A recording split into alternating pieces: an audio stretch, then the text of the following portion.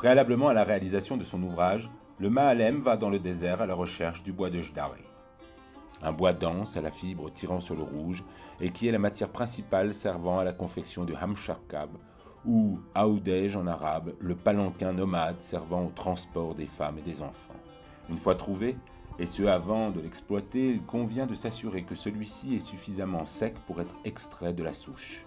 À la fois parce qu'une branche trop verte ne sera d'aucune utilité et qu'il ne sert à rien d'abîmer l'arbre inutilement, mais aussi parce qu'il convient d'agir avec conscience dans un souci de préservation de l'environnement.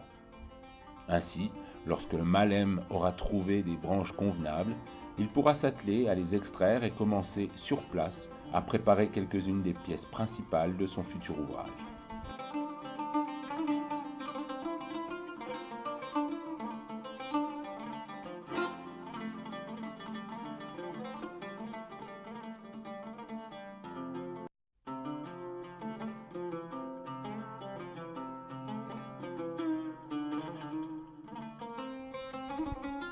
Sur les plus petites pièces, le Mahalem utilise une herminette, la même qui lui servira plus tard pour sculpter la branche plus finement.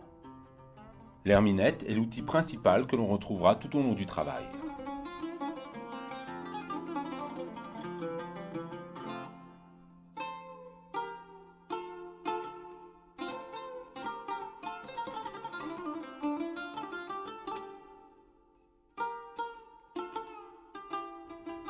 Tout en dégrossissant, le Mahalem commence à dégager sommairement les formes principales.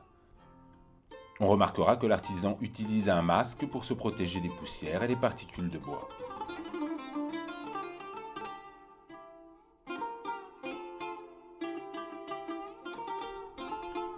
Il dégage la forme du nœud du piétement, al-hokba. Progressivement, il commence à préciser sa forme.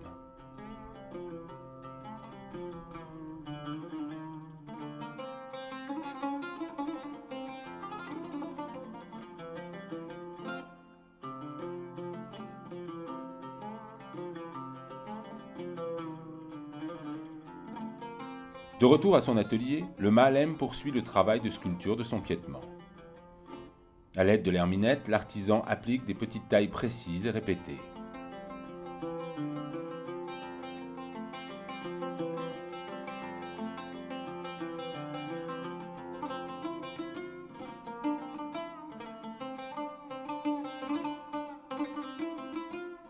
L'herminette est tenue souplement en haut de manche afin de jouer sur le poids.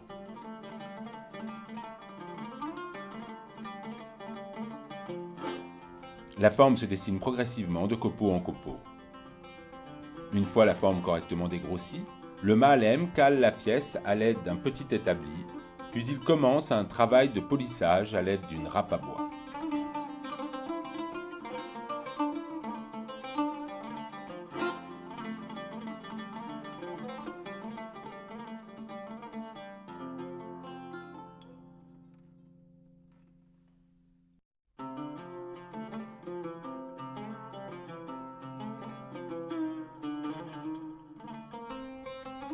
Ensuite, à l'aide de la même scie, le Mahalem commence par marquer l'emplacement de ses formes avant de les débiter.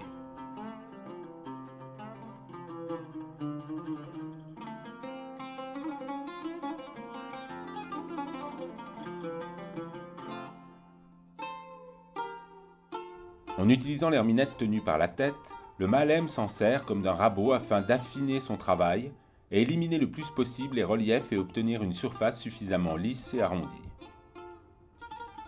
Régulièrement, l'artisan aiguise sa lame.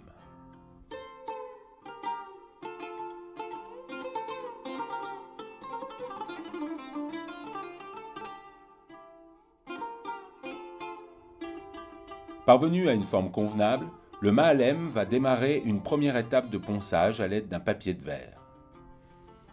À ce stade, l'artisan a dégagé la forme d'ensemble de son piétement, il va pouvoir s'attaquer plus précisément à la sculpture.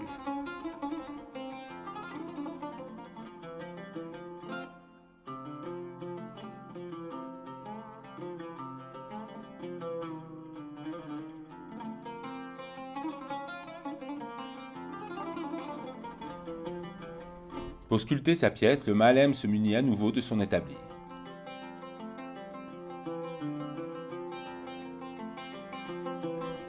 À l'aide d'une lame de scie lui servant de règle et d'un stylo, il pose les repères du motif final.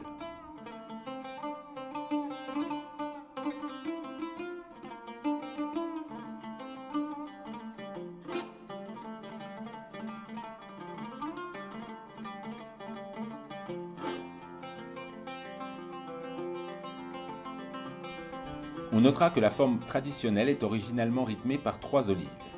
Ici, l'artisan opte pour un rythme à 4 olives afin d'apposer sa touche personnelle.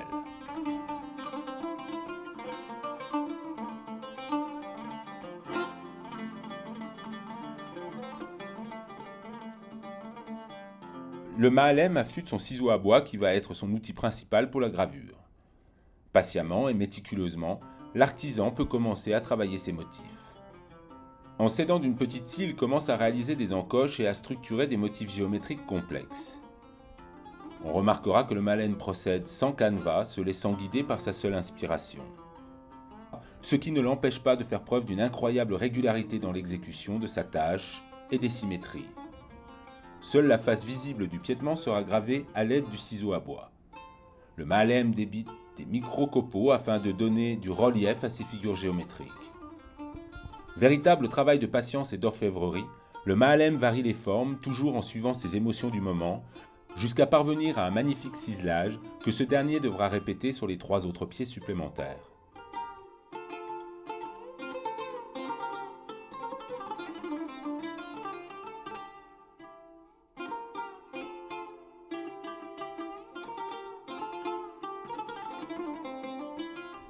Une fois sa pièce achevée, le Mahalem va effectuer une patine à l'aide d'un badigeon à cajou. Pour l'application, il se sert d'une petite touffe de poils de chameau.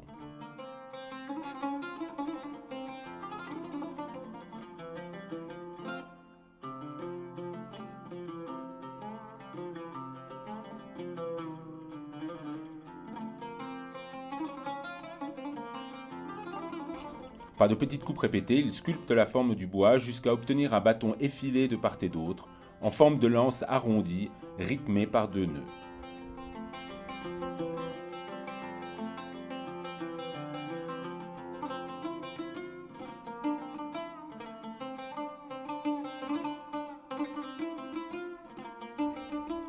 Pour cette partie, le Mahalem n'utilisera pas le bois de Jdari. Comme il s'agit de 2 pièces de soutènement du palanquin, il lui faut 2 pièces de section plus grosses, ce afin de garantir une très bonne solidité.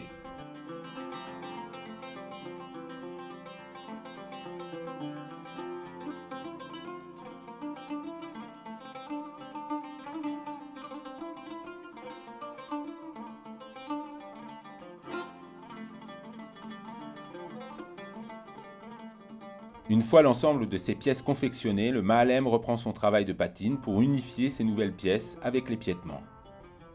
Pour ce faire, toujours avec l'acajou, il utilise cette fois un morceau d'éponge qu'il a préalablement fixé sur un bâton.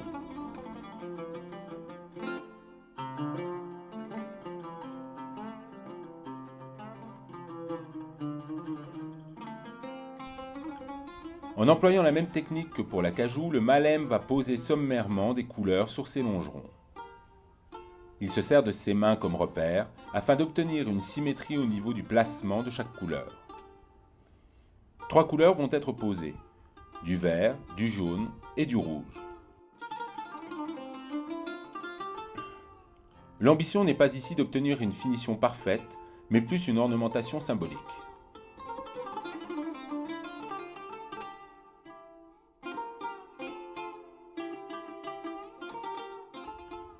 Toutes ces pièces étant prêtes, le Mahalem va pouvoir entamer l'assemblage de son palanquin.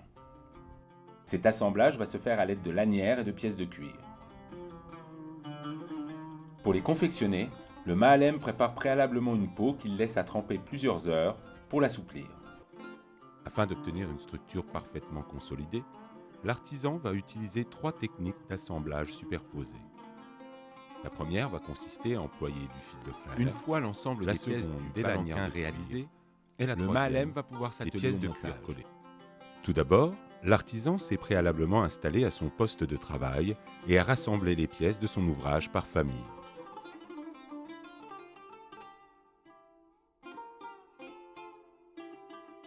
Il prépare des morceaux de fil de fer doublés d'une longueur d'environ 1 mètre. La première étape consiste à assembler les 2 montants latéraux sur les longerons principaux. Une fois le premier angle solidement assemblé, le Mahalem peut s'attaquer au deuxième en utilisant la même technique. Enfin, en utilisant encore plus de fil, il assemble le piétement à l'embase au niveau de l'intersection.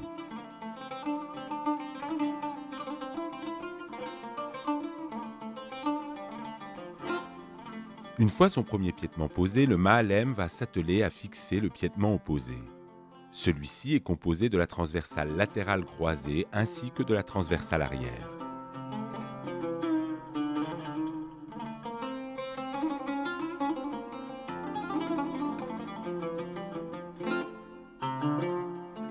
Une fois un des côtés du palanquin équipé de ces 2 piétements, le Mahalem s'attelle à l'autre côté.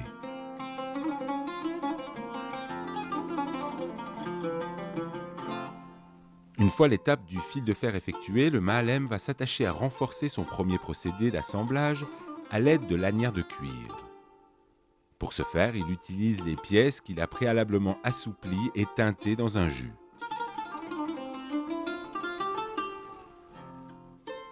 À l'aide d'un couteau, l'artisan peut alors s'attacher à filer une grande lanière de cuir sur la totalité de la pièce.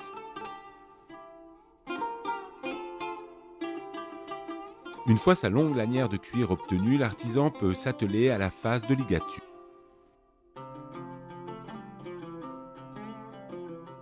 Afin de pouvoir effectuer la dernière étape de l'assemblage, le Mahalem doit préalablement réaliser une colle artisanale traditionnelle. Pour ce faire, il utilise de la farine qu'il mélange avec de l'eau jusqu'à obtenir une pâte liquide.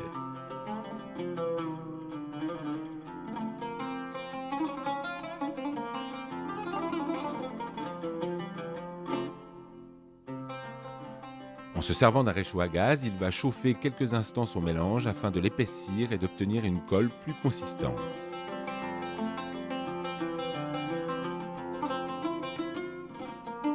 L'ultime étape consiste à envelopper chaque point d'assemblage à l'aide des pièces de cuir préalablement découpées.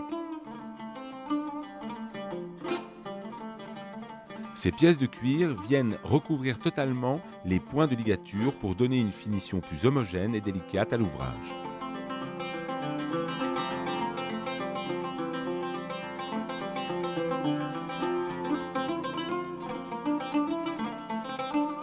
Cette étape effectuée consiste à réaliser un filet.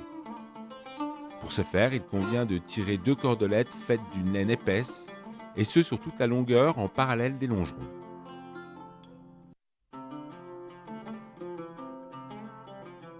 Ceci fait, l'artisan va faire la même opération mais cette fois sur la largeur.